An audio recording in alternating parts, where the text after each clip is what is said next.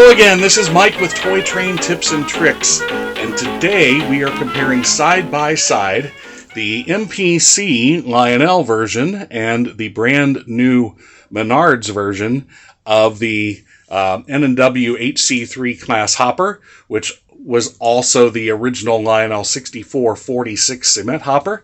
And let's compare them side by side and see what we can find out.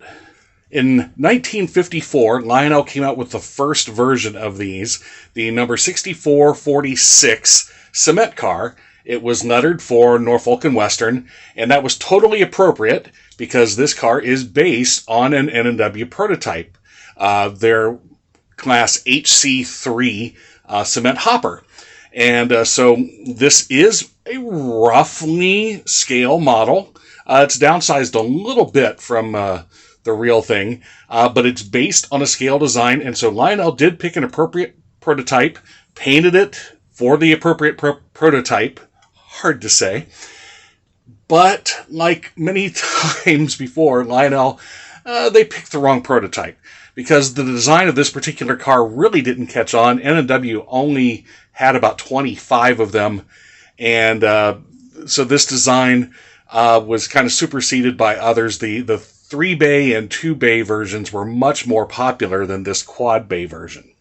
But anyway, it came out first with Lionel in 1954, carried through in various road names through the rest of the post-war period, and then MPC picked it up in 1970 and throughout, and it has been made many times in the modern era as well. So this is the MPC version Domino Sugar car from 1974.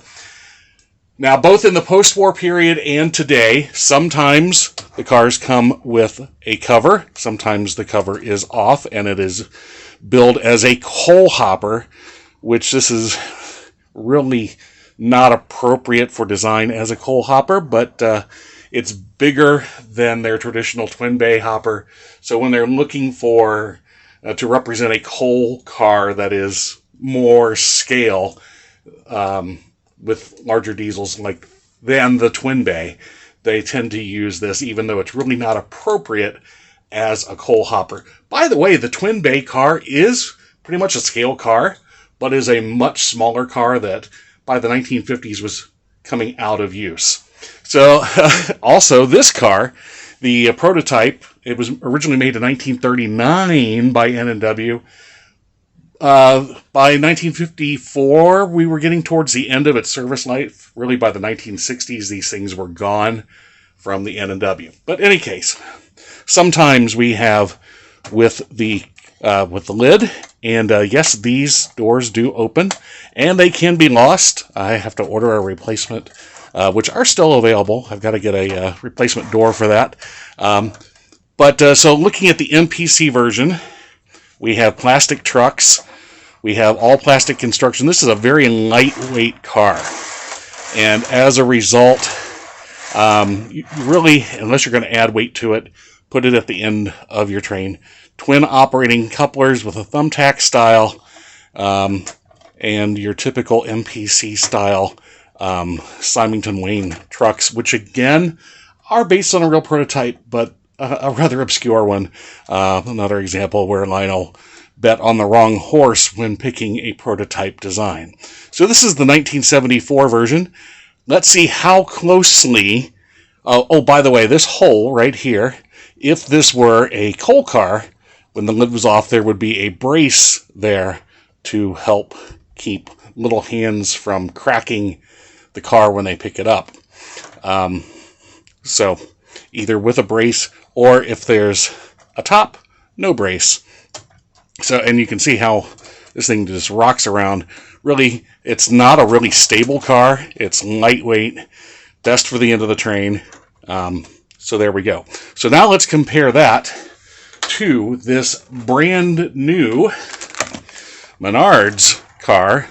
And I had always wondered how closely the Menards cars are to the original Lionel molds, and we are about to find out as I open this up. And here we go. And even as I'm breaking the seal, I'm noticing a difference in the trucks. Here we have old journal bearing style trucks, which probably would have been more appropriate for the original in 1939.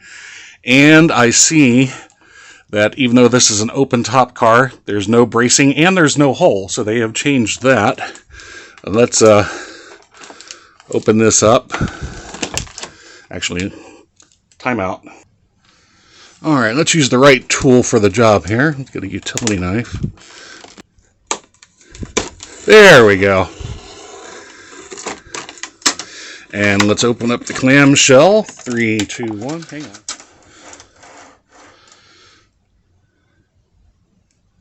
Okay, so we're out of the clamshell. And here it is. And this, not only do we have metal wheels, metal trucks, and the metal coupler plate, but the plastic itself also feels more substantial on this than the MPC version, so it is a heavier car.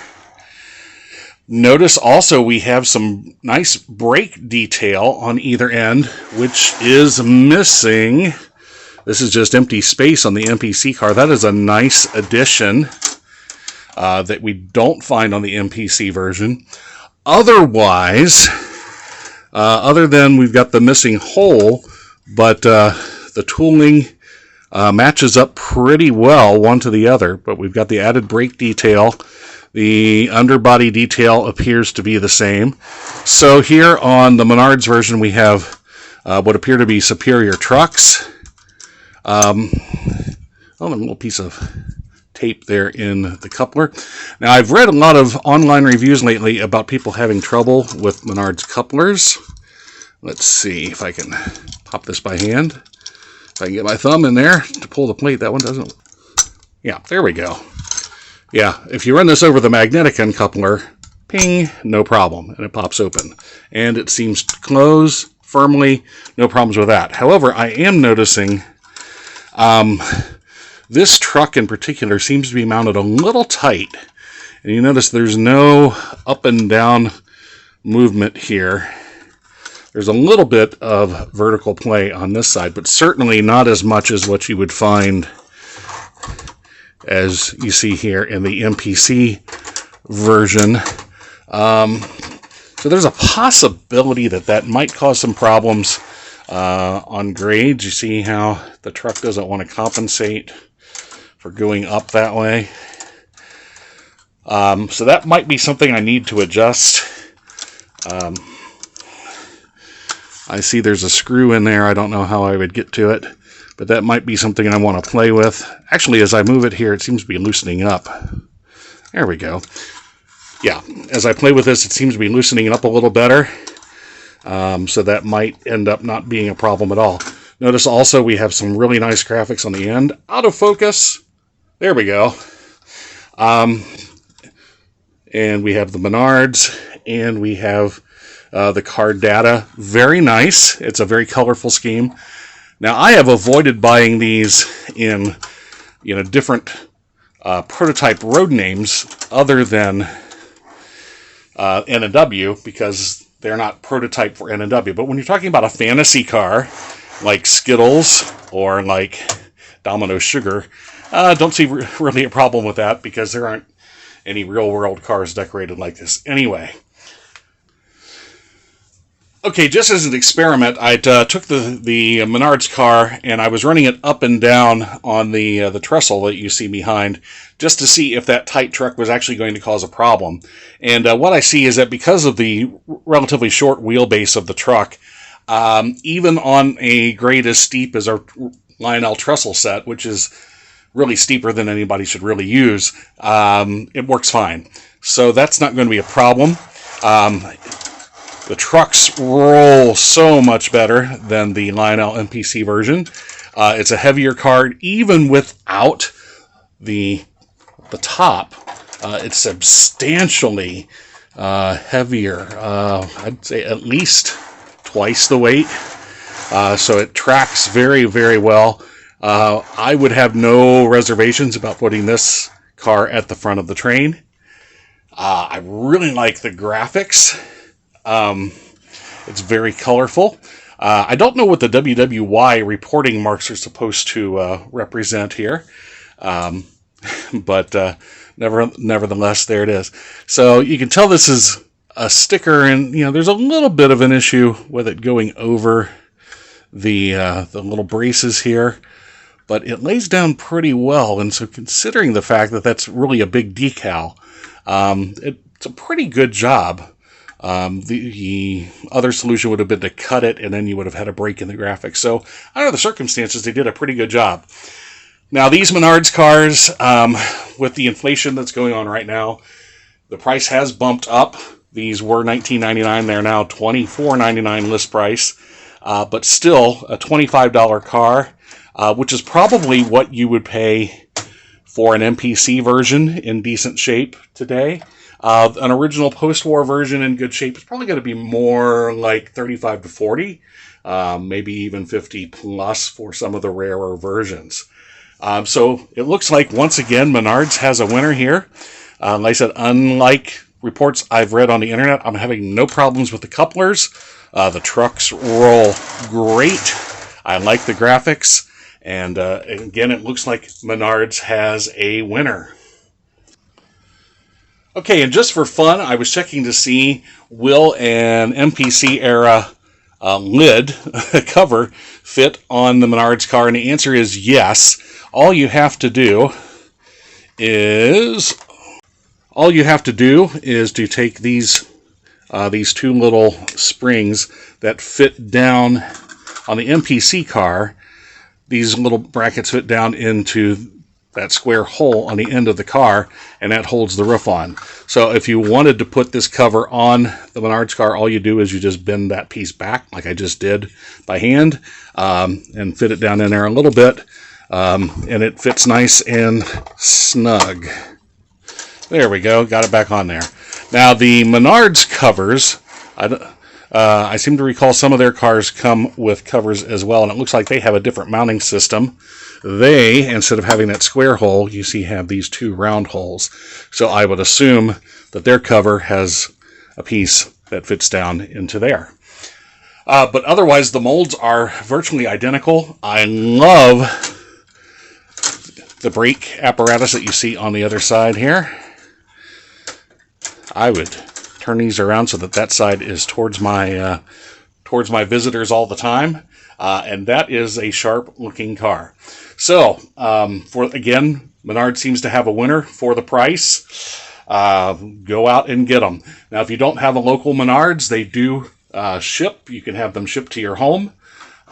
In most states, I know California, you cannot because of packaging regulations. And that's just one more reason I would not want to live in California. But that's just me. Sorry, editorial comment.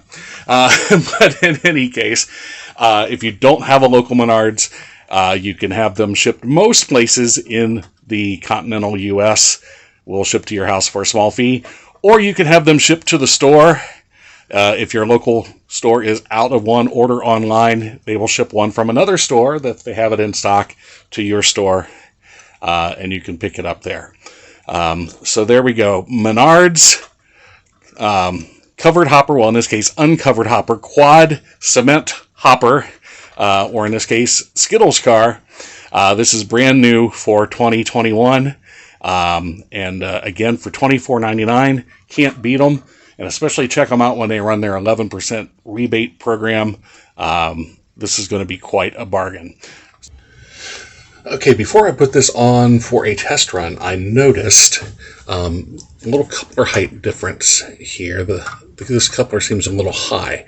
And I had mentioned before about the tightness of this truck, and I realized the problems are one and the same. Let's take a look. And what I discovered is that here on the coupler, the problem was not that the truck rivet is too tight. That's actually loose enough. The problem is that this metal piece coming off the back of the truck bolster that supports the coupler is actually slightly bent upwards and is rubbing against the bottom of the frame. So that accounts for one, the coupler height problem, and also the tightness. So what I've done, just for now, I took a large pair of plumber's pliers here, and I've taken it and applied some gentle repeated pressure to this to bend it down slightly. And the problem is improved. It's not completely there yet after about 5 minutes worth of work, but it's good enough that it's going to run and it's going to work with the train. But you will still notice a slight coupler height difference, and this truck is now looser than it was. But well, you can hear the rubbing there. It still has a little bit to go. So by bending this plate down, it'll push the coupler back to where it belongs, and the truck will rotate freely and the coupler will be in the proper height. Alright, so here we are on the track. I've assembled a train of appropriately themed sweet cars from Lionel from late 80s or late 70s and early 80s, as well as an industrial rail insulated cookie box with my recently acquired K-Line MP15. And this is actually going to be the first run on my new rerouted outer loop. So please excuse the mess. My track workers have been busy relaying the track and redoing some wiring. So let's take a look at how it runs.